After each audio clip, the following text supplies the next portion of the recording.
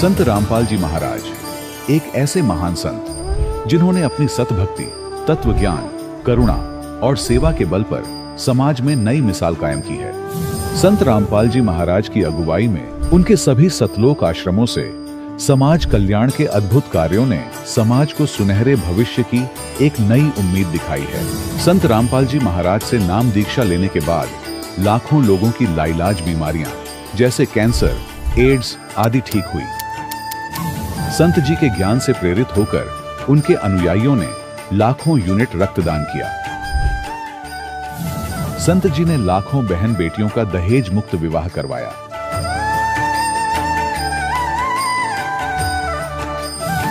संत जी ने लाखों लोगों का नशा छुड़वाया, करोड़ों उजड़े परिवार बसे। संत जी के आश्रमों में समागम के दौरान निःशुल्क नेत्र चिकित्सा, दंत चिकित्सा प्रदान की जाती है। संत रामपाल जी महाराज द्वारा समय समय पर पर्यावरण संरक्षण के उद्देश्य से बड़े स्तर पर वृक्षारोपण किया जाता है। संत जी ने जरूरतमंदों को तत्काल राहत पहुंचाने के लिए एम्बुलेंस सेवा शुरू की। संत जी अपने अनुयायियों को देहदान के लिए प्रेरित करते हैं, जिससे मानवता की सेवा और चिकित्सा क्षेत्र में सुधार हो सके। संत रामपाल जी महाराज के सभी आश्रमों में हर रोज निःशुल्क भंडारा आयोजित किया जाता है, जहां हर वर्ग, हर जाति और हर धर्म के लोग एक साथ बैठकर भोजन करते हैं।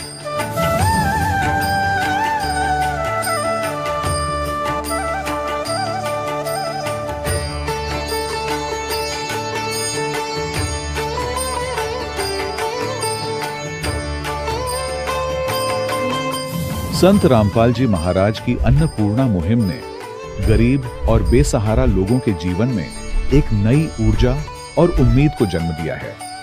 घर घर खाद्य सामग्री और जरूरी मदद पहुंचाकर संत रामपाल जी महाराज ने लोगों को दुख और मजबूरी से लड़ने की ताकत प्रदान की है।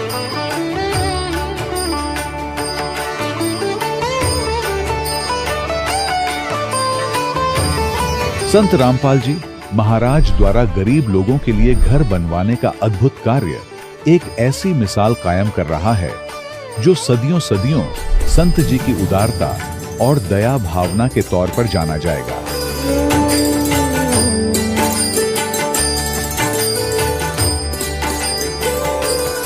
संत रामपाल जी महाराज के आश्रम में हजारों बुजुर्गों को सम्मान और प्यार के साथ जीवन जीने का अवसर मिलता है। उनके खाने, रहने और स्वास्थ्य की पूरी जिम्मेदारी संत रामपाल जी महाराज उठाते हैं। अनाथ बच्चों के लिए संत रामपाल जी महाराज के सभी आश्रम किसी वरदान से कम नहीं। यहाँ उन्हें शिक्षा, संस्कार और भविष्य के लिए बेहतर अवसर प्रदान किए जाते हैं। चाहे बाढ़ हो, भूकंप या महामारी, संत रामपाल जी महाराज और उनके अनुयायी हमेशा ही जरूरतमंदों के लिए सबसे आगे खड़े रहते हैं। कोविड महामारी के दौरान संत रामपाल जी महाराज के आश्रमों से करोड़ों लोगों के लिए भोजन, दवाइयां और जीवन रक्षक सामग्रियां उपलब्ध कराई गई। चाहे गरीब की मदद हो या किसी शोषित और पीड़ित वर्ग के हक और सम्मान की लड़ाई, संत रामपाल जी महाराज ने हमेशा ही उनकी दबी आवाज को सरकारों तक पहुंचाया है और उन्हें उचित न्याय दिलवाने में अहम भूमिका अदा की है। समाज में आध्यात्मिक और सामाजिक मूल्यों के प्रति जागरूकता लाने में संत रामपाल जी महाराज हर कदम पर मानवता के सच्चे सेवक साबित हुए हैं। संत रामपाल जी महाराज का जीवन हमें सिखाता है कि सच्ची सेवा वही है जो निस्वार्थ भाव से की जाए। आइए हम भी इस महान सेवा के कार्य में इस महान संत से जुड़ें और संत रामपाल जी महाराज से नाम दीक्षा लेकर अपने जीवन को धन्य बनाएं।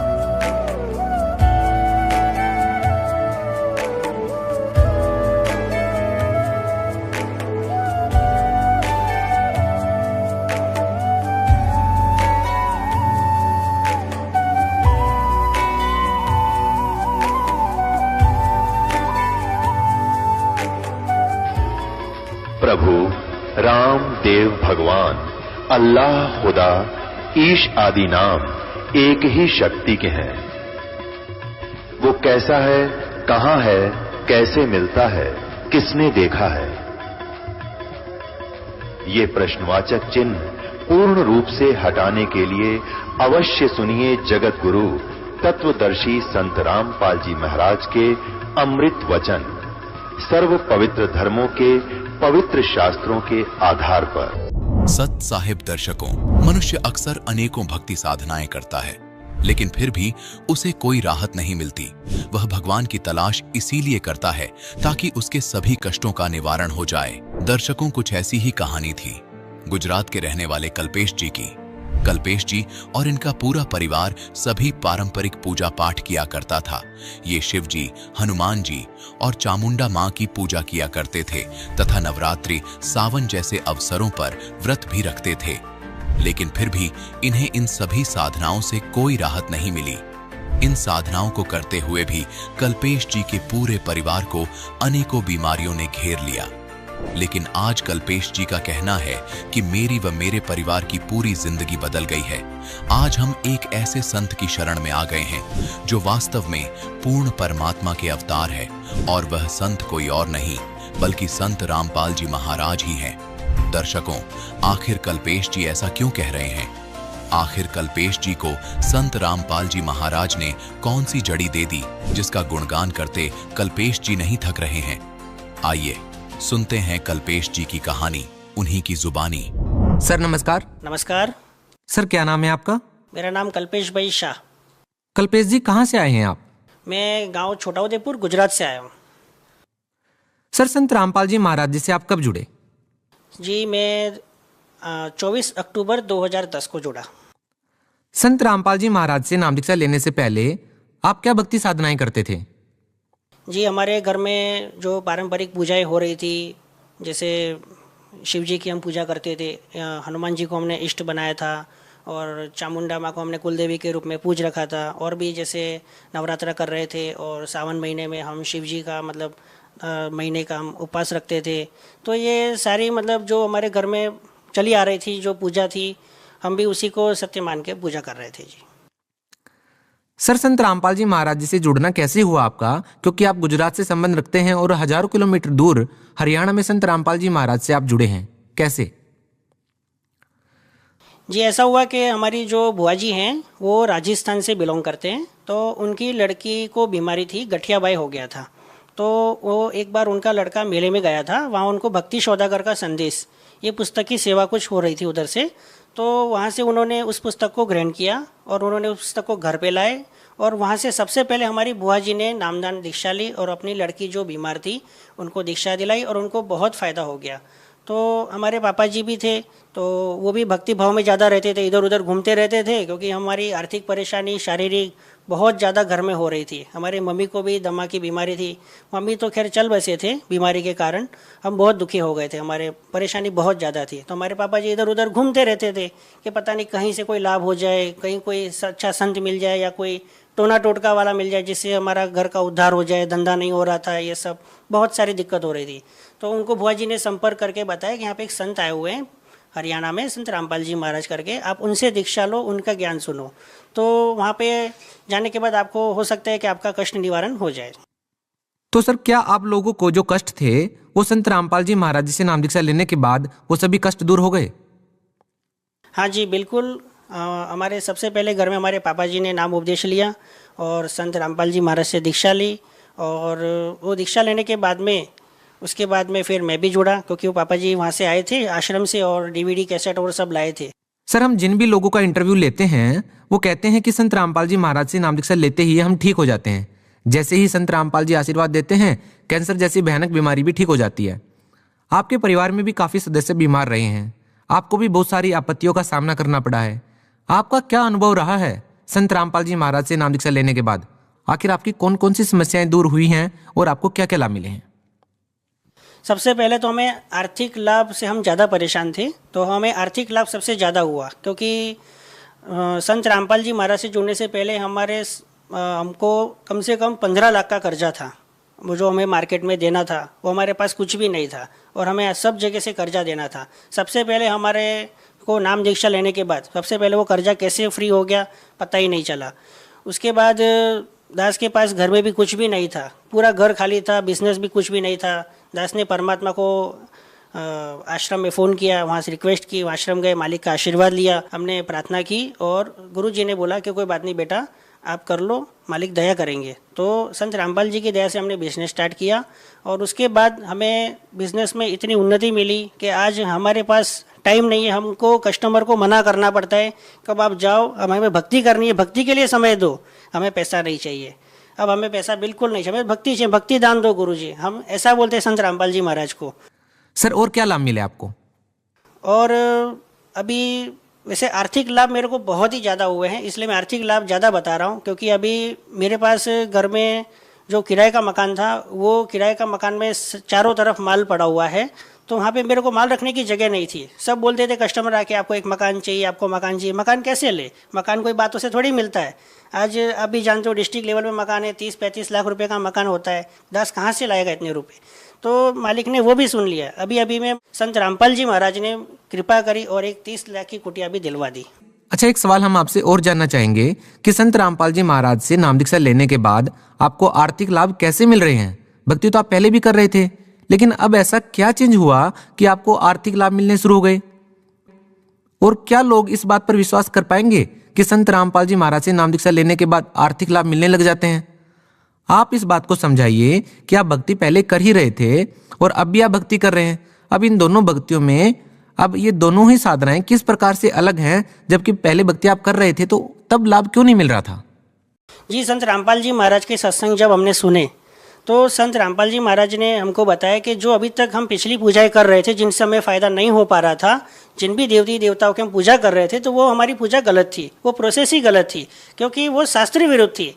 जो कि गीता जी के अध्याय नंबर 16 श्लोक नंबर 23 में साफ लिखा है कि जो मनुष्य शास्त्र विधि को त्याग के मनमाना आचरण करेगा, उसको न तो कोई गति मिलेगी, न सुख प्राप्त होगा, न ही सिद्धि प्राप्त होगी। तो हमारी पूजा ही गलत थी, हमारी प्रोसेस ही गलत थी, हमें लाभ कहाँ से मिलेगा? तो संत रामपाल जी महाराज ने हमको सही दिशा दी, सही ज्ञान दिया, शास्त्र के अनुसार हमको भक्ति दी, जिससे उन मंत्रों के जाप करने से और उस विधि से हमको ये फायदा ऑटोमेटिकली गुरु जी की कृपा से, संत रामपाल जी महाराज की कृपा से हमें प्राप्त हुए। जी सर, यदि बात नशे और दहेज की करते हैं और उसको जब खत्म करने की बात आती है तो संत रामपाल जी महाराज का नाम सबसे पहले नंबर पर आता है। आज एक बहुत बड़ी मुहिम संत रामपाल जी महाराज ने नशे के खिलाफ, दहेज के खिलाफ चला रखी है। इसके अलावा और भी बहुत सारी सामाजिक बुराइयां हैं जिनको संत रामपाल जी महाराज दूर कर रहे हैं। आखिर जो मुहिम संत रामपाल जी महाराज ने चला रखी है, ये कैसे कामयाब हो रही हैं?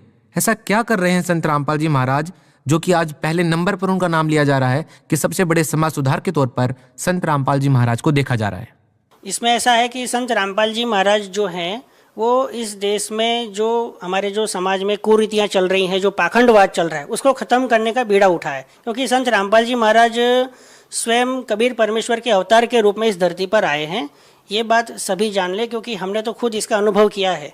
तो हमारे संत रामपाल जी महाराज का यही उद्देश्य है कि इस समाज में जो दहेज जब लिया जाता है, तो इतना मतलब इंसान है, इतना कर्जेदार हो जाता है कि इंसान बता नहीं पाता कि मैं अपनी लड़की कैसे मतलब घर के बाहर निकालूं। यानी एक समझो कि जो बड़ा पैसे वाला होता है वो तो लड़की दे देगा, लेकिन जो बिना पैसे वाला होगा, गरीब होगा, उसके लिए तो लड़की एक दुख के समान हो जाएगी। और उसकी 3 लड़की अगर हो गई तो वो तो बेचारा वैसे ही मर जाएगा।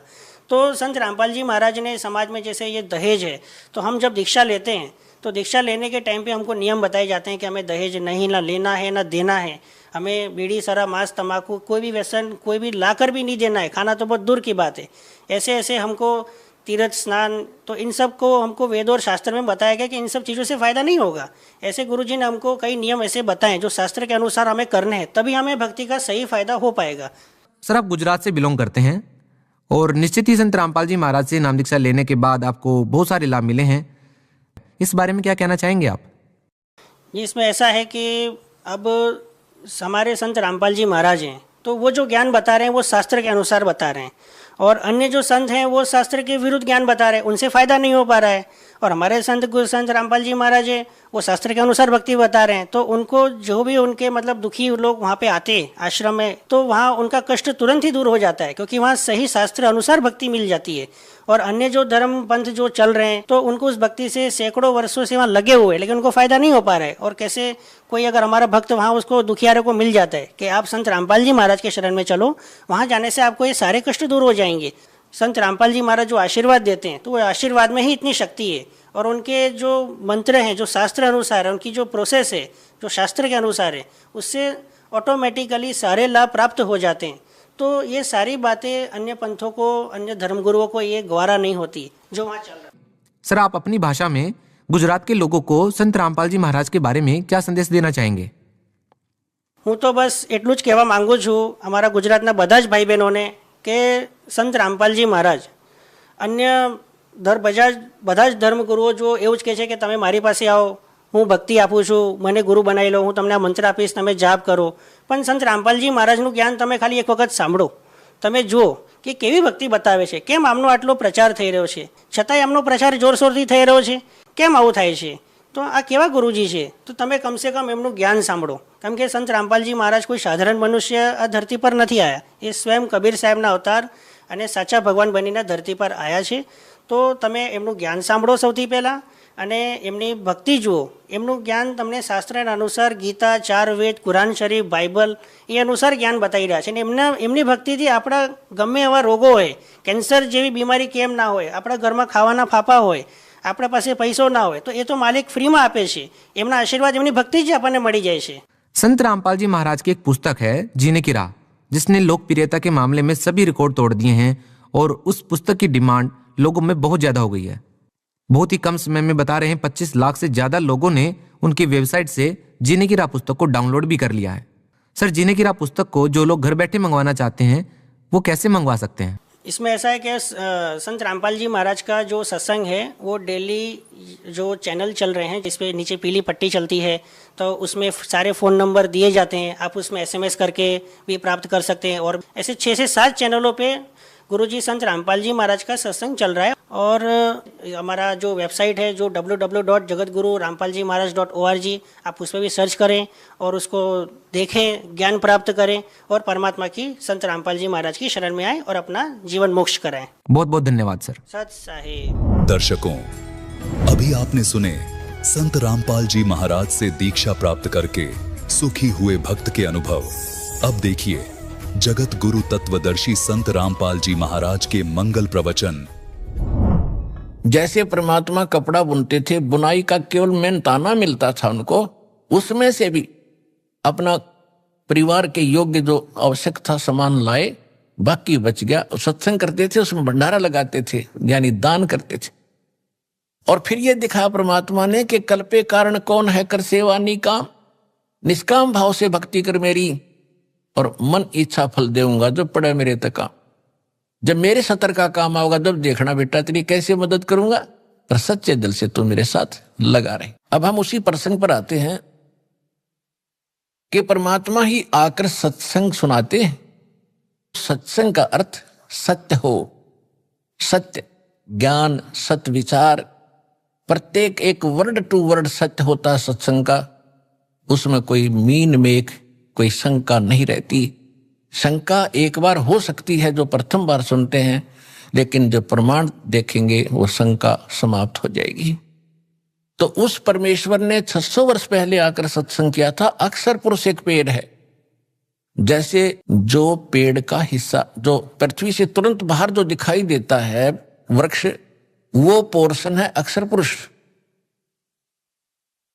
अक्षर पुरुष. और उससे ऊपर मान लीजिए उसमें से 2-3 मोटी डार निकलती हैं, तो उनमें से एक मोटी डार समझो ये सरपुरुष. और उस डार के फिर शाखा है 3 मान लीजिए, एक एग्जाम्पल के लिए. ये 3 शाखा हैं रजगुण ब्रह्मा, सदगुण विष्णु, तमगुण शिव. और फिर उनसे आगे जो पत्ते वगैरह हैं वो समझो आप और हम हैं. अब जैसे कई भक्त पूरा सत्संग दास का सुनते नहीं, एक बार कहीं दुर्भाग्य उनका कि ये सुनने को मिल जाता है कि 3 देव की जो करते भक्ति उनकी कदे ना हो मुक्ति, तो वहीं वो स्विच ऑफ कर देते हैं टीवी को। तो ये उनका दुर्भाग्य है। पहले ये सुनो कि पहली बार आप सुन रहे हो कि इनकी भक्ति जो करता है वो मुक्त नहीं हो सकता, तो ये तहत जाना चाहिए कि ये जो बोलने वाला ये मूर्ख है या किस टाइप का आदमी है, ये तो सुन लो।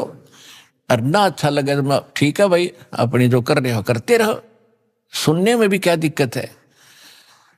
तो जिस कारण से ये क्या कह देते हैं कि रामपाल तो ब्रह्मा विष्णु महेश की भक्ति छुड़वाता है। भक्ति नहीं छुड़वाता दास, भक्ति यानी इनकी साधना नहीं छुड़वाता, इनको तुम इष्ट मानकर पूजते हो। ये भ्रम निवारण कर रहा हूं कि ऐसा नहीं करना। जैसे संसार रूपी वृक्ष है, इसका प्रमाण मालिक ने दे दिया। अक्षर पुरुष एक पेड़ है, सरपुरुष वाकी डार, तीनों देवा शाखा है, पात्र संसार। और मूल कौन है, रूट कौन है, वो जड़ कौन है, जो पृथ्वी के अंदर गुप्त है, अव्यक्त है, वो प्रोक्ष है। तो वो जड़ जो है उससे पूरे वृक्ष का पोषण होता है। गीता अध्याय नंबर 15 के श्लोक नंबर 17 में यही निर्णय दिया है कि उत्तम पुरुष तो अन्य परमात्मा इति उद्धारते। वह केवल सबका को सुख सुख देता, परमात्मा से कहते हैं, वो दुख नहीं देता। और ये जो लोक त्रयम तीनों लोकों में अविश्य माने प्रवेश करके विभर्ति माने सबका धारण पोषण करता है, वो अव्यय ईश्वर है। वो है वो अविनाशी परमात्मा जो सबका पालन पोषण भी वही करता। तो 15वें अध्याय के प्रथम श्लोक को अब समझोगे आप। इसमें क्या बताया है कि ऊर्ध्व मूलम अधः शाखम अश्वत्थम प्राहु अव्यम छंदासी यस्य प्रणानी ये तम वेद से वेदवित। ऊपर को जड़ और नीचे को शाखा वाला ये संसार रूपी अविनाशी पीपल का वृक्ष समझो। और इसके जो विभाग हैं, छंद हैं, पत्ते आदि इसके छंद विभाग हैं, इनको सभी को जो जानता है तत्व से, वो तत्वदर्शी संत है, यानी वो वेद के तात्पर्य को जानने वाला। इससे सिद्ध हो गया कि जैसे कोई कहते हैं कि भी रामपाल तो ब्रह्मा विष्णु में इसकी पूजा छुड़वाता है, इनकी भक्ति बंद कराता है। भक्ति देखो, एक तो होती है साधना और एक होती है पूजा। जैसे हमने आम खाने हैं, आम खाने के लिए हमारे जो पूज्य हैं वो फल हैं, फल आम का जो फल लगेंगे। तो हम पौधा लाएंगे या कोई बीज बोएंगे, तो सबसे पहले बीज हम गड्ढा खोद के उसमें डालेंगे मिट्टी में, फिर उसकी सिंचाई शुरू करेंगे, फिर अंकुर निकलेगा। तो उसको हम जड़, उसकी जड़ नीचे होता, जैसे हम कहीं नर्सरी से भी लाते हैं पौधा, तो लगा के उसको गड्ढे में, तो सिंचाई जड़ की करते हैं और शाखा ऊपर आती है, ब्रह्मा विष्णु महेश तीनों शाखा। और हम फिर पात रूप में हैं, तो इष्ट रूप में पूजा करनी है मूल की। और मूल मालिक कौन है, वो परम अक्षर ब्रह्म है। ऊपर को जड़ है, जिसकी जड़ रूपी जो भगवान है वो है हमारा पूज्य। तो हमने उस इष्ट की पूजा करनी पड़ेगी। गीता अध्याय नंबर 3 के श्लोक 10 से लेकर 15 में एक निर्णायक ज्ञान दिया है। कहते प्रजापति ने सबसे पहले प्रजा को उत्पन्न करके ये कहा था कि तुम धार्मिक अनुष्ठान शास्त्र अनुकूल विधि से भक्ति करके इन देवताओं को उन्नत करो, और ये बड़े हुए देवता तुम्हें उन्नत करेंगे, तुम्हें फल देंगे। और जो ऐसा नहीं करता तो वो तो अपराधी व्यक्ति है, जो दान धर्म नहीं करता, भगवान ने उसको दे रखा है, उसमें से दो दान नहीं करता, वो चोर है भगवान का। फिर इसमें यह भी स्पष्ट किया है कि जो सर्वगतम ब्रह्म यानी परम अक्षर ब्रह्म है ना, वो ही इन सब में पूज्य है, प्रतिष्ठित है। सभी धार्मिक अनुष्ठानों में उसको इष्ट रूप मान के उसकी तब पूजा करो, उससे तुम्हारे शास्त्र विहित कर्म बनेंगे और उन कर्मों का तुम्हें फल मिलेगा। उन कर्मों का फल कौन देगा? जब पेड़ बड़ा हो गया, आपने पूजा करी मूल की, सिंचाई करी जड़ की, और पेड़ बड़ा हो गया आम का, तो टहनियों के पर फल लगेंगे। तो इसमें यह कहा कि ये देवता फिर तुम्हें बिना मांगे वांछित फल दिया करेंगे, तुम पूजा करो मूल की, जड़ की। यानी शास्त्र अनुकूल साधना करने से आपके भक्ति कर्म सही बनेंगे। तो इससे सिद्ध हो गया कि दास इनकी पूजा नहीं छुड़वाता, इनकी साधना नहीं छुड़वाता। अब कोई मूर्ख कहेगा कि टहनी काट दो पेड़ की, जड़ जड़ में पूजते रहो, ये कोई हो सकता है? तो ये हम यहाँ जहां रह रहे हैं, ये ब्रह्मा विष्णु महेश यहाँ के प्रधान हैं और ये सदा बने रहेंगे। ये मृत्यु को प्राप्त हो जाएंगे। नए ब्रह्मा विष्णु महेश मंत्री ये अपनी दुर्गा से पैदा करके तैयार रखता है, कोमा में रखता है उनको। और युवा जब ब्रह्मा की मृत्यु होने को होती है, दूसरे को उठाकर युवा स्थिति में उनको रख देता है। विष्णु की मृत्यु निकट आती है तो पहले पैदा कर लेता अपनी दुर्गा से, और एक लड़के को कोमा में रखता, उसको विष्णु शकल में उत्पन्न होता है, वो उसको वहां बैठा देता है। ऐसे शंकर की उत्पत्ति करता है। तो जो प्रसंग चल रहा है उसी पर आते हैं कि अब गीता ज्ञान दाता भी नाशवान और अक्षर पुरुष भी नाशवान, केवल परम अक्षर ब्रह्म है, वो वास्तव में अविनाशी परमात्मा है और वही यहां आकर के यथार्थ ज्ञान प्रदान करता है। अब गीता ज्ञान दाता ने कहा है 8वें अध्याय के 3रे श्लोक में उसने स्पष्ट कर दिया है कि वो परम अक्षर ब्रह्म है, जिसको जानने के उपरांत प्राणी केवल जरा और मरण से छूटने का ही प्रयत्न करता है और किसी वस्तु की वो चाह नहीं रखता, क्योंकि उसकी साधना करने से यहाँ की सुख सुविधाएं तो आपको अवश्य मिलती ही रहेंगी।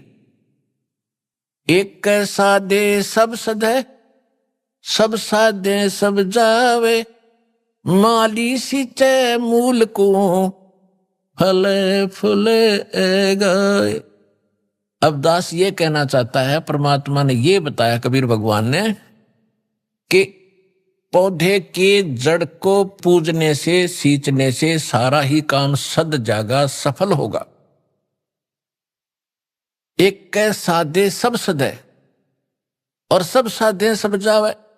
तो परमात्मा ने यह बताया था कि आप जी ब्रह्मा विष्णु महेश को इष्ट मानकर इनकी पूजा करने लगे, तुमने मूल की पूजा त्याग दी जो भगवान पूर्ण है।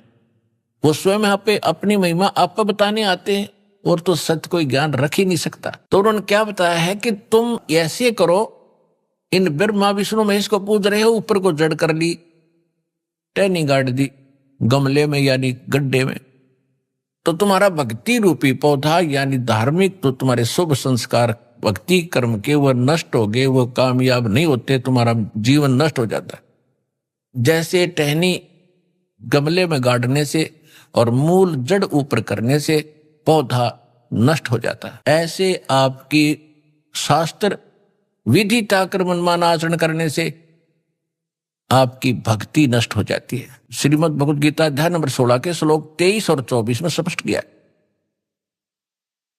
कि जो शास्त्र विधि को त्याग कर मनमाना आचरण करते हैं, मनमानी पूजाएं करते हैं, जो शास्त्र विहित नहीं है, शास्त्रों में वर्णित नहीं है, तो उनको न तो सुख होता है, न कोई सिद्धि प्राप्त होती है और न ही उनको परम गति होती है। और इन 3 वस्तुओं के लिए ही हम भक्ति करते हैं कि यहां भी हमें राहत मिले, हमारे अंदर परमात्मा की ऐसी ताकत आवे, सिद्धि आवे, ताकि हम यहां से चलें जब सतलोक सीधे जाएं, को रोक ना सके, हमारी गति हो। और यहां पर भी क्योंकि भगवान की भक्ति से हमारे अंदर सिद्धि आ जाती है, जो किसी भूत प्रेत पितर देव का कोई प्रकोप हम पर असर नहीं करता है। तो वो सिद्धि इसलिए हमारे अंदर संग्रहित रहनी चाहिए, हम उसको दुरुपयोग करते रहे, दुरुपयोग करके हम मोक्ष से वंचित हो जाते थे। तो इसलिए हमने अपना टायर पंचर करना नहीं है। कैसे करते रहे, थोड़ी बहुत कोई जंतर मंतर किया, किसी को आशीर्वाद दे दिया, किसी को बद्दुआ दे दी, तो दोनों से आपकी वो भक्ति जो सिद्धि है आपके अंदर वो खत्म होने लगी। यहां प्रभुता तो खूब हो जाती है ऋषि महर्षियों की, लेकिन भविष्य उनका माइनस हो जाता है। तो यहां बताया है कि जो शास्त्र को साधना करते हैं उन्हीं को सब सुख प्राप्त होता है। और उसके लिए गीता अध्याय नंबर 16 के श्लोक 24 में यह भी स्पष्ट कर दिया कि शास्त्र ही इसका आधार मानना, कौन से भक्ति क्रम करने योग्य हैं, कौन से ना करने योग्य।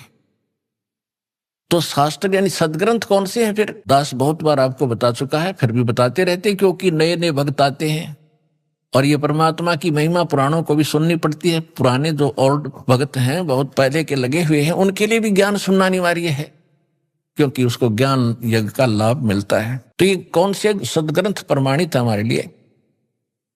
वैसे तो सभी धर्मों के जो सदग्रंथ हैं वो आदरणीय हैं, जैसे 3 पुस्तकों का, 3 किताबों का संग्रह बाइबल, जैसे जबूर, तौरात और इंजिल का संग्रह, तीनों का ये बाइबल है। और पवित्र बाइबल, पवित्र कुरान शरीफ और पवित्र 4 वेद, पवित्र श्रीमद् भगवत गीता, पवित्र 18 पुराण और पवित्र सूक्ष्म वेद जो स्वयं परमात्मा आकर यथार्थ ज्ञान देता। जो सूक्ष्म वेद है, जो गॉड गिवन स्पिरिचुअल डायरेक्ट है, जो अपने मुख कमल से यहां आकर परमात्मा बोलता है, बताता है, वो है ऑल इन वन, यानी कंप्लीट इन ऑल रिस्पेक्ट, जिसके अंदर सब ही ज्ञान है। वेदों वाला भी है, श्रीमद् भगवत गीता वाला भी है, कुरान वाला भी है, पुराण वाला भी है और बाइबल वाला भी ज्ञान है और गुरु ग्रंथ साहिब वाला भी ज्ञान है। तो कहने का भाव यह है कि जो सूक्ष्म वेद है वो तो कंप्लीट इन ऑल रिस्पेक्ट है और वो भगवान आकर बोलता है, वो सत्य ज्ञान सत्संग होता है। फिर भी उस ज्ञान को आज हम नहीं मान रहे थे, जो गीता अध्याय नंबर 4 के श्लोक नंबर 32 में कहा है कि परमात्मा सच्चिदानंद घन ब्रह्म। इन्होंने ये गलती कर रखी है अनुवादकों ने, गीता में 4 अध्याय के 32वें श्लोक में इन्होंने ब्रह्मण्य शब्द का अर्थ गलत कर दिया, वेद कर दिया। और यही ब्रह्मण्य शब्द है 17वें अध्याय के 23वें श्लोक में गीता में, वहां इन्होंने सही अनुवाद किया, ब्रह्मण्य माने सच्चिदानंद घन ब्रह्म, यानी परम अक्षर ब्रह्म की जो भक्ति करने के लिए उसको 3 मंत्र का जाप है, ओम तत्सत। तो यहाँ 4 अध्याय के 32वें श्लोक में जब वापस हम आते हैं तो ब्रह्मण्य का अर्थ हमने यहाँ पर सच्चिदानंद घन ब्रह्म करना पड़ेगा। इन्होंने अर्थ गलत कर दिया, क्योंकि ब्रह्म माने भगवान और वेद माने उसका संविधान। अब राजा और उसका संविधान 2 हैं। राजा तो एक चेतन है और उसका संविधान जो है वो एक जो उसके नियम है। तो कहीं पर अगर राजा की महिमा हो और कोई अज्ञानी वहां उसका राजा के स्थान पर वेद लिख दे, वेद की वाणी नहीं, वो राजा का वचन है वहां पर। तो यहां लिखा है कि सच्चिदानंद घन ब्रह्म ने ब्रह्मण्य मुखे, सच्चिदानंद घन ब्रह्म अपने मुख कमल से आके स्वयं बोलता है वो ज्ञान, और वो ही तत्व ज्ञान होता है। तो कहने का भाव ये है कि वो तत्व ज्ञान है और उसको हम सूक्ष्म वेद कहते हैं, और भगवान अपने मुख कमल से आकर बोलता है। ऋग्वेद मंडल नंबर 9 सूक्त 96 96 के मंत्र 16 से लेकर 20 तक स्पष्ट कर दिया है कि वो परमात्मा जब शिशु रूप धारण करके धीरे धीरे बड़ा होता है तो अपनी लीला करता हुआ वो अपने मुख कमल से कबीर वाणी से, वो कबीर परमात्मा अपने कबीर वाणी के द्वारा लोकोक्तियों के माध्यम से, दोहों के माध्यम से, चौपाइयों के माध्यम से अपने तत्व ज्ञान को उच्चारण करके ऊंचे ऊंचे स्वर में बोलता, गरज गरज के। और ऋग्वेद मंडल नंबर 9 सूक्त 86 के मंत्र 26 और 27 में, ऋग्वेद मंडल नंबर 9 सूक्त 82 मंत्र 1, 2, 3 में, ऋग्वेद मंडल नंबर 9 सूक्त 94 के मंत्र 1 में, ऋग्वेद मंडल नंबर 9 सूक्त 95 के मंत्र 2 में, ऋग्वेद मंडल नंबर 9 सूक्त 20 मंत्र 1 में, ऋग्वेद मंडल नंबर 9 सूक्त 53 और मंत्र 3 में, और भी अनेकों स्थानों पर। ये सब का सारांश ये है कि परमात्मा ऊपर रहते सतलोक में सहशरीर मनुष्य सदृश शरीर में, देखने में राजा की तरह बैठे हैं, सिर पर मुकुट है और ऊपर छत्र है भगवान के। वहां से जो तत्व ज्ञान देने के लिए नीचे आते हैं, अच्छी आत्माओं को मिलते, सहशरीर आते और एक कवि की तरह आचरण करते हुए घूमते फिरते हैं, अपने मुख कमल से वाणी बोल बोल के वो सबको सुनाते हैं और भक्तिकरण की प्रेरणा करते। वो कबीर वाणी कहलाती है, कबीर वाणी। और वो परमात्मा भक्ति के गुप्त मंत्र जो किसी भी अन्य जो सदग्रंथ प्रचलित होते उनमें नहीं होते, उनको भी सार्वजनिक करते। अपने आत्मा एक मुसलमान बच्चे ने, क्योंकि अब सभी बच्चे समझदार होते जा रहे हैं, उसने खुद आकर बताया, जी मैं बचपन से ही कुरान शरीफ को सिरोधार्य मानता रहा हूं। पहले तो सारा ज्ञान आपका तुलनात्मक देखा, कुरान शरीफ में भी देखा कि आप बताते हो भी वो परमात्मा कोई और है, कुरान शरीफ का ज्ञान दाता स्वयं कहता है मैं भी उससे परिचित नहीं हूं। तो मैं प्रभावित होकर दीक्षा ली। जब मैंने सेकंड नाम लिया तब मेरा चांदना और रोशनी हुई हृदय में। कुरान शरीफ के अंदर एक तो सुरह नाम की सूरत है, सुरह, और 42 नंबर उसकी आयत में लिखा है 3 मंत्र, जो गीता अध्याय नंबर 17 के श्लोक नंबर 23 में कोड वर्ड है। उसमें तो एक सार्वजनिक है ओम, इसमें तीनों गुप्त हैं, एन सीन काफ। जो ए शब्द है ये उस 3 मंत्रों में से जो प्रथम मंत्र है ओम, तो ए इसका प्रथम मंत्र है, एन ओम हो गया। और दूसरा मंत्र जो है उसका प्रथम मंत्र स है, तो ये सीन हो गया। और तीसरा सार शब्द कुरान शरीफ का ज्ञानदाता भी ब्रह्म है, उस तौरात इंजिल और जबूर का ज्ञान देने वाला भी वो ब्रह्म ही है, और गीता का ज्ञान देने वाला ब्रह्म है। क्योंकि इसने जो गीता का ज्ञान पहले दे दिया तो उसने अधिक ज्ञान देने की आवश्यकता नहीं समझी। अपने मोटा मोटा विधान जो भी इसने भ्रमित करना था, जैसे करना था, अपना यो डंगा चलाना था, वो चलवा दिया। तो गीता में यो बहुत पहले ज्ञान बोल चुका था और वेदों का ज्ञान पहले सार्वजनिक हो चुका था। तो कहने का भाव दास आपको ये बताना चाहता है कि ये जो सदग्रंथ अपने हैं, अब इनमें सबसे मूल है वो तत्व ज्ञान जो भगवान स्वयं आकर बताता है। आज के सत्संग का विषय यही था कि सत्संग परमात्मा ही कर सकता है। सत्य माने सच्चा, सच का जो साथ है, सत्य का जो ज्ञान है, भगवान बिना कोई दे नहीं सकता। और जैसे चारों वेद थे, परमात्मा ने सबसे पहले प्रथम बार इसने पूरा कंप्लीट ज्ञान दिया था इस सरब्रह्म यानी ब्रह्म के अंतःकरण में, अपने वहां सतलोक से फैक्स कर दिया था। और इसने निर्धारित समय कर दिया, जैसे मालिक का विधान है कि बच्चा 9 महीने के बाद मां के गर्भ से बाहर आएगा ही आएगा, कोई रोक नहीं सकता। ऐसे ही परमात्मा ने इसके अंदर फैक्स कर दिया था। जब ब्रह्मा विष्णु महेश थोड़े जवान हुए, उस समय इसके श्वासों से वो बाहर निकल गया, अपने आप इस ब्रह्म के श्वासों से बाहर निकला। जैसे कंप्यूटर से बाहर आ जाते फटाफट प्रिंट होकर, ऐसे मालिक ने बटन दबा दिया, वहीं से ये फटाफट बाहर आए सारे वेद। इसने देखा सामने, उसमें सारा ज्ञान भगवान के बारे में जानकारी थी। इसने ये जुल्म किया कि जो परमात्मा के मूल मंत्र थे, मूल ज्ञान था, वो इसने नष्ट कर दिया। और भगवान के डर से ये 4 वेद यानी इतना रख लिया। अब उस जो इसने यथार्थ ज्ञान भक्ति थी वो नष्ट कर दिया, उसकी पूर्ति के लिए परमात्मा को आना पड़ता है। जो वेद इसने रखे हैं शेष वो ठीक है। यदि इन पंडितों ने, ब्राह्मण, हमारे धर्मगुरुओं ने कोई बीच में गड़बड़ी कर दी होगी, वो अलग बात है, वो पड़ी रहेगी। क्योंकि हमारे पास कंप्लीट स्पिरिचुअल नॉलेज प्राप्त है, तो हमने उसकी भी गणने की जरूरत नहीं रही। क्योंकि उसको सहयोग इसलिए लेना पड़ता है इस यथार्थ ज्ञान को यथार्थ ही रूप में आपको समझाने के लिए कि ये सत्य है जो भगवान ने 600 वर्ष पहले स्वयं मालिक ने कबीर भगवान आकर बोला था, ये कबीर वाणी में। तो आज आपके वेद भी बता रहे हैं, जैसे भी बचे खुचों को आप सत्य मान रहे थे, उसमें भी यही वर्णन है। और परमात्मा ने कहा था वेद मेरा भेद है, 600 वर्ष पहले कहा था धर्मदास जी को कि वेद मेरा भेद है, मैं ना वेदन के माही और जौन वेद से मैं मिलूं, ये वेद जानते नहीं।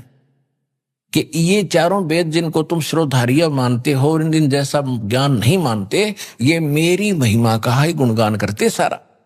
लेकिन मेरे पाने की विधि इन तुम्हारे इन 4 वेदों में नहीं रही।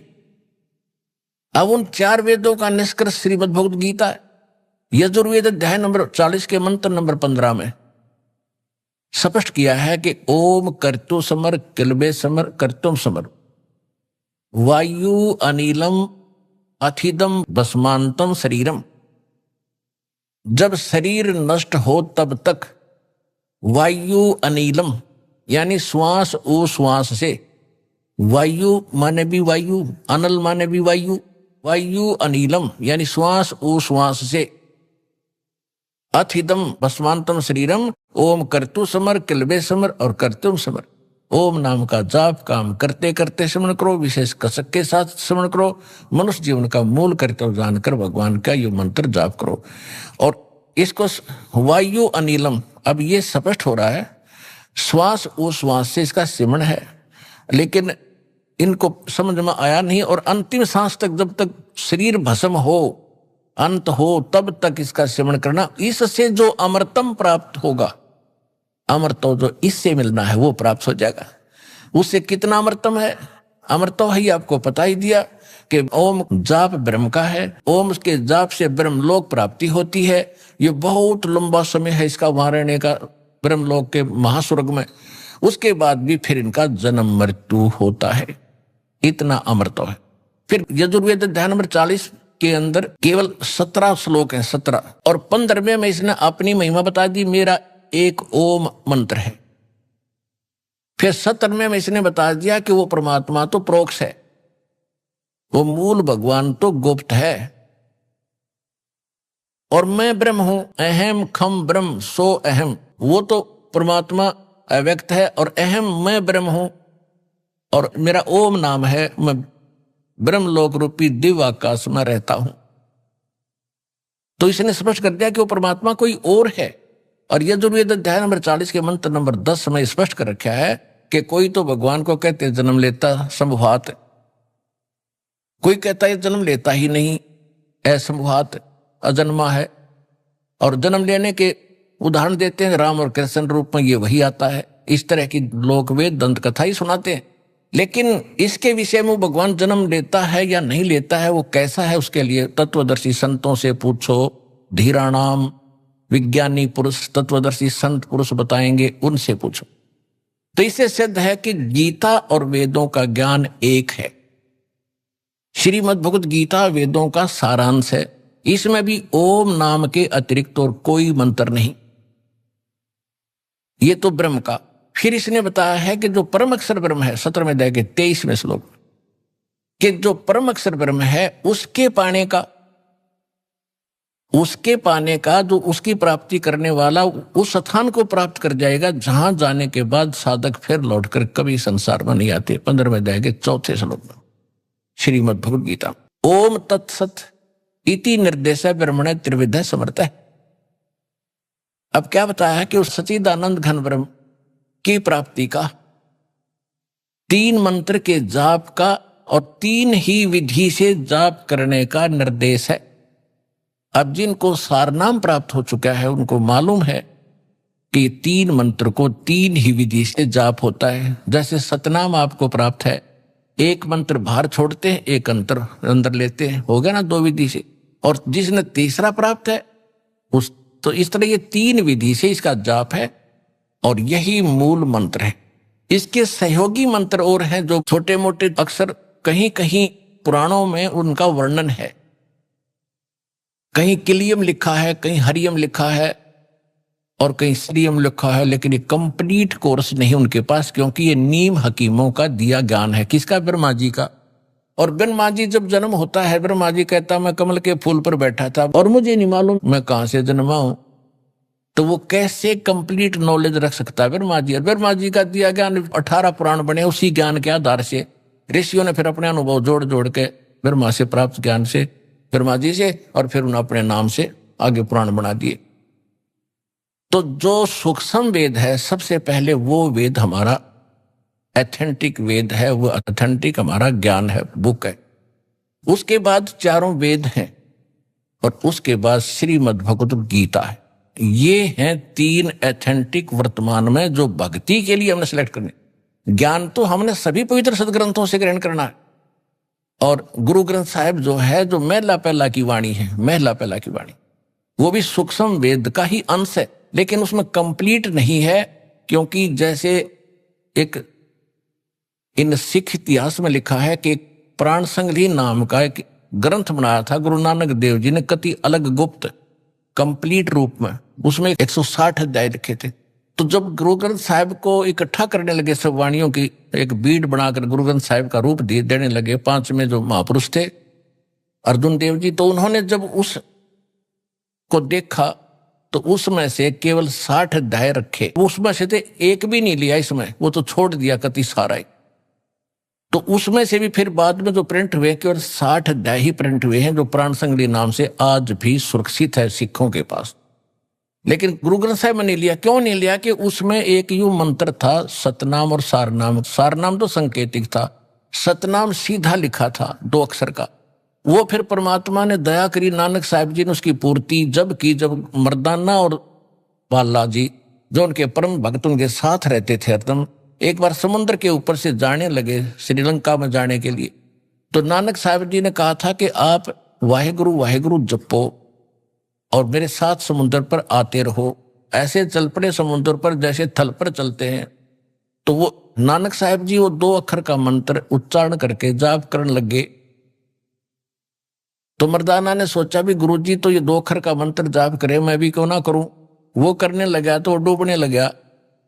तब नानक साहिब जी ने मुड़ के देखा और कहा, बेटा तू वही जाप कर जो मैंने कहा है, तो मेरी नकल ना करे। तब उसने वही वाहेगुरु शुरू किया, तो तब उसकी जान बची। तो सिखों के या घर कर की बात कि यदि ये मंत्र किसी ने जाप कर लिया तो मर्दाना वाली हालत हो जाएगी सबकी, क्योंकि गुरुदेव की आज्ञा की अवहेलना होगी। अवज्ञा होने से वो हानि होगी थी, वो मर गया होता। इसलिए कोई सिख बच्चा इस मंत्र का जाप ना करके गुरु नानक साहिब जी के वचनों की अवहेलना करके दंडित ना हो जा, दोषी ना बन जा, इसलिए इन्होंने इस मंत्र को लिया नहीं। हाँ, कहीं कहीं सोहम मंत्र लिखा है नानक साहिब जी की वाणी में बहुत जगह, गुरु ग्रंथ साहिब में, लेकिन उसके साथ वो इकट्ठा नहीं। लेकिन जो शुरुआत में ये कहते हैं ना एक ओंकार, तो नानक साहिब जी ने कोड वर्ड में लिख रखा है वो मंत्र, एक नहीं, वो कोड वर्ड है, वो सोहम की तरफ संकेत है। ओंकार ओम है ही। तो इस प्रकार इन महापुरुषों, ये तो वो थे PhD किए वे भक्ति किए, तो ये आम विद्यार्थी, आम पढ़ने वाले विद्यार्थी कैसे पढ़ेंगे कोड वर्ड को? इन सदग्रंथों के गुण रहस्य को कैसे समझ सकते? फिर गुरु की क्या आवश्यकता थी?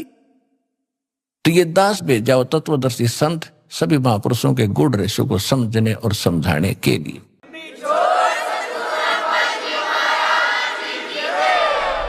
अभी आपने सुने संत रामपाल जी महाराज के मंगल प्रवचन। आइए अब सुनते हैं संत रामपाल जी महाराज से नाम दीक्षा लेकर सतभक्ति करके अद्भुत लाभ प्राप्त करने वाले अनुयायी के विचार। दर्शकों, मनुष्य जीवन बहुत अनमोल है और यदि मनुष्य जीवन में सच्चा गुरु न मिले तो जीवन व्यर्थ है। कुछ ऐसी ही कहानी है उत्तर प्रदेश के हाथरस जिले में रहने वाले कायम दास जी की। कायम जी का जीवन बिना सच्चे गुरु के दुख और कष्टों से भरा था। कायम जी हमेशा ही संतों की सेवा में तत्पर रहते थे, लेकिन फिर भी तीनों तापों ने इन्हें गहराई से व्यथित कर रखा था। कायम जी का कहना है कि इनके जीवन में दुख तब खत्म हुए जब इन्होंने संत रामपाल जी महाराज से नाम दीक्षा ली। आखिर कायम जी आज मीडिया के सामने क्यों कह रहे हैं कि केवल संत रामपाल जी महाराज सच्चे तत्वदर्शी संत हैं? आइए अब सुनते हैं कायम दास जी की सच्ची कहानी उन्हीं की जुबानी। नमस्कार सर। सर नमस्कार। सर क्या नाम है आपका? सर कायम दास नाम है। कायम दास जी आप कहाँ से हैं? गढ़ी कछवाया, जनपद हाथरस, उत्तर प्रदेश से। सर क्या काम करते हैं आप? मेरा बिल्डिंग कंस्ट्रक्शन का काम है, ठेकेदारी का। सर संत रामपाल जी महाराज से नाम दीक्षा आपने कब ली? 10 जनवरी 2014 को ली सर। सर संत रामपाल जी महाराज से नाम दीक्षा लेने से पहले क्या आप कोई भक्ति साधना भी करते थे? जी, मैं संतों की सेवा में लगा रहता था। जो भी हमारे घर पे या कहीं भी मुझे दिखाई दे जाते थे संत जन, तो उनकी पीछे लग जाता था और ज्ञान सुनने की बहुत ज़्यादा उत्सुकता थी। और जहाँ तक कि मैं सत्संगों में भी जाया करता था, तो हर संत को भगवान का स्वरूप देखता था और उनकी सेवा करता था और सत्संग भजन ज़्यादा सुनता था। और इससे मुझे ज्ञान भी हुआ था, तो मैं उनके साथ रह करके भजन जान गया था और वो काम करने लगा था मैं उनके साथ में। और मैंने 15 वर्ष तक जो नकली संत हैं, आज मुझे संत रामपाल जी महाराज जी की दया से पता चला है, उनकी खूब सेवा की और उनके साथ रहा। एक दास उनके साथ रह करके जब सत्संगों में भजन गायन करता था तो बहुत शाबाशी मिलती थी। लेकिन एक दिन मुझे बहुत बड़ा सदमा लगा। एक संत बोले कि ठीक है, लेकिन आप भजन भी गाते हो, ज्ञान भी है, लेकिन बिना गुरु के कुछ नहीं है आपके पास। तो मुझे एक झटका सा लगा। तो मैंने उन्हीं से प्रश्न किया, तो गुरु किन को बनाऊं मैं? तो कि आप किसी को भी गुरु बना सकते हैं। उनका मतलब ये था कि वो भी थोड़ा जानते थे, तो वो चाह रहे थे कि मुझे ही गुरु बना लें। लेकिन मेरे नज़दीक एक गांव पड़ता है, वहाँ के भी एक संत थे जो राधा स्वामी से थे। तो उनका और उनकी एक जैसी टक्कर लगती थी। तो मैंने सोचा कि क्यों न मैं दुर्गादास जी को ही गुरु बना लूँ, जो राधा स्वामी मजहब से थे। तो उनको मैंने गुरु बनाया। गुरु बना करके फिर उनके बताए मार्ग पर चलता रहा, उनसे दिए मंत्रों का जाप करता रहा। लेकिन सर, मैं बर्बाद हो गया। उस बर्बादी का कारण बयान नहीं कर सकता। उसके चलते चलते गिरिराज महाराज की परिक्रमा लगाना, वहाँ जा कर के भंडारे करना, किसी जीव को नहीं सताना, इसके साथ साथ भी मेरे घर में भूत प्रेतों का साया बन गया। जो बच्चे घर में प्रवेश भी नहीं कर पाते थे। एक दिन मुझे भी बहुत बड़ा झटका लगा। लॉबी में बैठा हुआ था अपनी कुर्सी पर, जीने के नीचे लोहे के फरमे रखे हुए थे। ऐसा लगा कि एक फरमे को उठा करके दूसरे फरमे में 10 फीट की ऊंचाई से गिराया है। मैं अंदर तक हिल गया। सोचने लगा, बच्चे सही कहते थे, जब मेरी ये हालत है तो बच्चों की हालत क्या होगी। किसी के बताने पर मैं उसका उपचार ढूंढने लग गया साहब। वो दुख मेरा वरदान साबित होगा आगे के लिए। जैसे आज मुझे पता चल रहा है संत रामपाल जी महाराज जी के द्वारा। मैं दिल्ली भी गया, गंगा पर बहुत पंडा वगैरह रहते हैं, वहाँ के लिए कहा तो मैं वहाँ भी गया। इसी बीच में हमारे एक साले साहब बोले कि आपने ये मकान बनवाया है, आपने कोई हवन यज्ञ नहीं कराया। मैंने वो हवन भी कराया। सभी रिश्तेदारों को, जो भी हमारे बंधु सखा थे, सबको बुलाया, हवन करवाया। लेकिन वो तांडव खत्म नहीं हो रहा था। इसी बीच हमारे साले ने कहा कि चलो या जी कोई बात नहीं, हमारी ननिहाल में एक भगत हैं, बहुत बढ़िया हैं, और वहाँ आप चलिए और शायद आपका निवारण हो जाएगा। बरसात का टाइम था। बरसात में भीगते भीगते वहाँ पहुँचा मैं। बच्चों को साथ ले गया। तो वहाँ जाकर के उनसे मुलाकात की। उन्होंने मेरी दशा देखी। उन्होंने कहा कि भाई, आज मैं आश्चर्य में हूँ, आपको देख रहा हूँ कि आप जीवित हो। आपके ऊपर तो 3 ताप का दोष है, आपके ऊपर तो घातें रखी हुई हैं, आप जीवित कैसे हो? और वो सही कह रहा था, क्योंकि मुझसे 2-3 बार एक्सीडेंट भी हो चुके थे। लेकिन परमात्मा की दया थी आज तक जिंदा रखने की, तो बाल बाका नहीं हो पाया। फिर बोले कि चलो मैं ठीक कर दूंगा, कोई चिंता मत करो, घबराने की बात नहीं है। आप, उसने कुछ बताया कि मुझे ताबीज़ लाओ, ये लाओ, वो लाओ। मैं ठीक है लाता हूँ। फिर बोले कि गौलोचन और आएगा, उसमें रखा जाएगा। मैंने कहा साहब, मैं गौलोचन को नहीं जानता, ये गौलोचन क्या होता है? तो उसने कहा कि किसी गाय के पेट में न मालूम सींग में जन कहाँ निकलता है, वो कसाई के पास मिलेगा और आप ठीक हो जाओगे। मैंने उनसे कहा, मैंने कहा साहब, मुझे मरना मंजूर है, लेकिन मैं किसी गाय की हत्या करके अपनी जिंदगी नहीं चाहूँगा। सर, फिर क्या कारण बना कि आप संत रामपाल जी महाराज की शरण में आए? तो हमारे गांव के एक करण सिंह नाम के व्यक्ति थे, और वो पुस्तक भक्ति सौदागर को संदेश रखी हुई थी। तो वो पुस्तक मैंने ली, और इतनी ललक थी कि मैंने रातों रात 2 रातों में वो पुस्तक पढ़ी, और वो ज्ञान समझ में आया। तो मुझसे कुछ रुका नहीं गया, और फिर मैं संत रामपाल जी महाराज की तरफ ध्यान आकर्षित हुआ कि मुझे इन संत से नाम दीक्षा लेनी चाहिए। सर, जब आपने संत रामपाल जी महाराज से नाम दीक्षा ली, तो क्या आपको लाभ भी प्राप्त हुए? जी, उसके बाद तो मेरा जीवन ही बदल गया सर। मेरा जीवन, मैं जिस समय ये सब आपको वृतांत बताया मैंने, ये वहाँ भंडारे भी किए, संतों के साथ रहा और उनकी सेवा भी की, तो मैं उस समय तक मुझे कोई लाभ नहीं हुआ। मैं बर्बाद हो चुका था। संत रामपाल जी महाराज जी से नाम लेने के बाद में एक तो मेरी आर्थिक तंगी मेरी सुधर गई। जैसे कि मैं बिल्डिंग का काम करता था, तो वहाँ मैं लेबर वर्किंग करता था। संत रामपाल जी महाराज जी की शरण में आने के बाद में मैं एक कॉन्ट्रैक्ट ले रहा था, कॉन्ट्रैक्ट की बात हो रही थी, तो मैं बार बार अपने लेबर रेट के हिसाब से बात कर रहा था। तो वह बात मेरे मुंह से संत रामपाल जी महाराज की दया से निकली कि मैं तो विद मटेरियल भी काम करता हूँ, लेबर वर्किंग भी काम करता हूँ। तो उन्होंने वो बात मेरी पकड़ ली कि साहब हम तो विद मटेरियल काम कराना चाह रहे थे आपसे। तो मैं ठीक है, तो वह कॉन्ट्रैक्ट मुझे विद मटेरियल मिला और संत रामपाल जी महाराज जी की दया से 4 महीने के अंदर मुझे 4-5 लाख रुपए का उसमें प्रॉफिट हुआ। ये संत रामपाल जी महाराज जी की ही दया थी। इसके बाद जो मैं नाम दीक्षा लेकर के अपने घर पे आया, जब घर पे आया तो मुझे जो भूत प्रेत का साया था, बच्चे अंदर प्रवेश नहीं हो पाते थे उस मकान के अंदर, वो खुशी से अपने मकान के अंदर बैठे हैं और संत रामपाल जी महाराज जी की दया से ये सारा प्रकोप खत्म हो गया सर। उससे पहले मैं हर साल अपना ट्रीटमेंट कराता था, कभी भी दस्त लग जाते थे, कभी फीवर हो जाता था, नाना प्रकार की बीमारियों से मैं ग्रसित रहता था।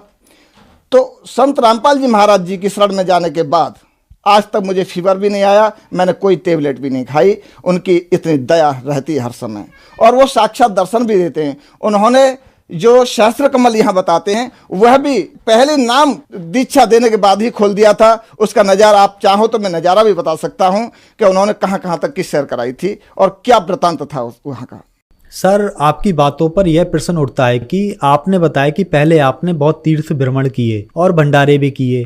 आप 15 साल से राधा स्वामी पंथ से भी जुड़े रहे, लेकिन इन सब भक्ति क्रियाओं से आपको कोई लाभ नहीं हुआ। आपकी आर्थिक स्थिति बहुत ज्यादा खराब हो गई, आप बीमार रहने लगे। फिर जैसे ही आप संत रामपाल जी महाराज की शरण में आए, आपकी सभी समस्याएं ठीक हो गईं। तो सर, ये क्या कारण है? संत रामपाल जी महाराज से नाम दीक्षा लेने के बाद लोग इतनी जल्दी कैसे ठीक हो रहे हैं? जी, आप सभी लोग उन्हें संत रामपाल जी महाराज के नाम से जानते हैं, लेकिन वो संत रामपाल जी महाराज ही नहीं बल्कि पूर्ण परमेश्वर कबीर साहिब हैं, जो वेदों के अनुसार, जो शास्त्रों के अनुसार भक्ति करा रहे हैं। हमें यह भी मालूम पड़ा कि ये पूर्ण संत हैं। क्यों पड़ा? कि गीता जी अध्याय 15 के प्रथम श्लोक में लिखा हुआ है कि ऊर्ध्वम मूलम अधः शाकम असतो पराव अव्यम छंदास्य से प्रणालियतम वेद से वेद। जो संत जड़ से और तने तक, नीचे तक इस संसार रूपी अविनाशी वृक्ष को जान चुका है, वह तत्वदर्शी संत होता है। इसके विषय में गीता ज्ञानदाता भी नहीं जानता। सर, आप 15 साल से राधा स्वामी पंथ से जुड़े रहे और भक्ति साधनाएं भी की, फिर आप संत रामपाल जी महाराज की शरण में आए। सर, कहते हैं गुरु नहीं बदलना चाहिए, लेकिन आपने ऐसा ही किया, क्या कारण रहा सर? ये मनगढ़ंत जो संत हैं वो इसलिए कहते थे कि कहीं हमारे यहाँ से ये साधक सच्चाई सुन करके कहीं चले न जाएं। ये बिल्कुल यथार्थ झूठ है। हमारे कबीर परमेश्वर जी ने कहा था, जब तक गुरु मिला नहीं साचा, तब तक गुरु करो 10 पांचा। तो हम शास्त्रों के अनुकूल ही, जब एक अगर मोटी मिसाल लेके चलें, हम किसी तरह से रोग से पीड़ित हो गए हैं, हमको बुखार है या कोई भी अनंत बीमारी लग गई है और डॉक्टर से हम उपचार भी करा रहे हैं, वहां हमको कोई लाभ नहीं हो रहा है, तो क्या हम दूसरा डॉक्टर नहीं बदलेंगे? सर, बदलना चाहिए। तो ठीक इसी प्रकार ये हमारा जन्म मरण का रोग है। इसको ये नकली संत, इनके पास कोई औषधि नहीं है, कोई मंत्र नहीं है इसको काटने का। संत रामपाल जी महाराज जी के पास वह औषधि है, वह मंत्र रूपी औषधि है, जो उनके मंत्रों के उच्चारण से ये काल भी भयभीत होता है। सर, संत रामपाल जी महाराज से नाम दीक्षा कैसे प्राप्त की जा सकती है? जी सर, संत रामपाल जी महाराज के विभिन्न चैनलों पर सत्संग चल रहे हैं। उन सत्संगों को देखें। उस सत्संग के चलते नीचे एक पट्टी चलती है, उस पट्टी पर मोबाइल नंबर फ्लैश हो रहे हैं। उस पर तो किसी भी नंबर पर आप बात कर सकते हैं और अपना नजदीकी जो निवास है वह बता सकते हैं। संत रामपाल जी महाराज जी ने हर जगह नाम दीक्षा खोल रखे हैं, तो अपने नजदीकी नाम दीक्षा का वहां से पता चलेगा, वहां से नाम दीक्षा ले सकते हैं। सर, जो दर्शक आज आपको देख रहे हैं, खास करके राधा स्वामी पंथ वालों के लिए आप क्या कहना चाहेंगे? जी सर, मैं उन भाइयों से निवेदन करना चाहूँगा कि जो भी भक्ति साधना में आप लगे हुए हैं, क्योंकि हर व्यक्ति, हर शिष्य अपने गुरु को सर्वोपर मानता है, मानना भी चाहिए।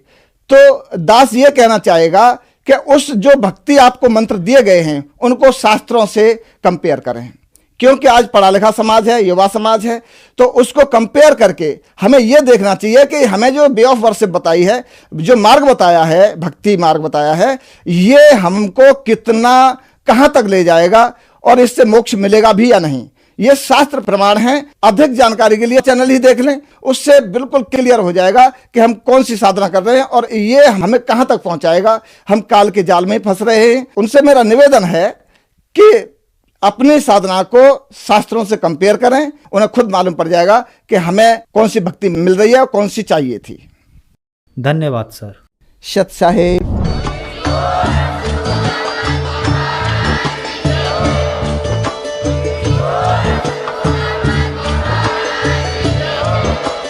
आप सुन रहे थे जगत गुरु तत्वदर्शी संत रामपाल जी महाराज जी के मंगल प्रवचन। अधिक जानकारी के लिए विजिट कीजिए हमारी वेबसाइट www.jagatgururampalji.org। संत रामपाल जी महाराज जी के शुभ आशीर्वाद से पूरे विश्व भर में 500 से भी ज्यादा नाम दीक्षा केंद्र हैं, जिन पर संत रामपाल जी महाराज जी द्वारा ऑनलाइन निशुल्क नाम दीक्षा दी जा रही है। अपने नजदीकी नाम दीक्षा केंद्र का पता करने के लिए संपर्क करें 8222880541।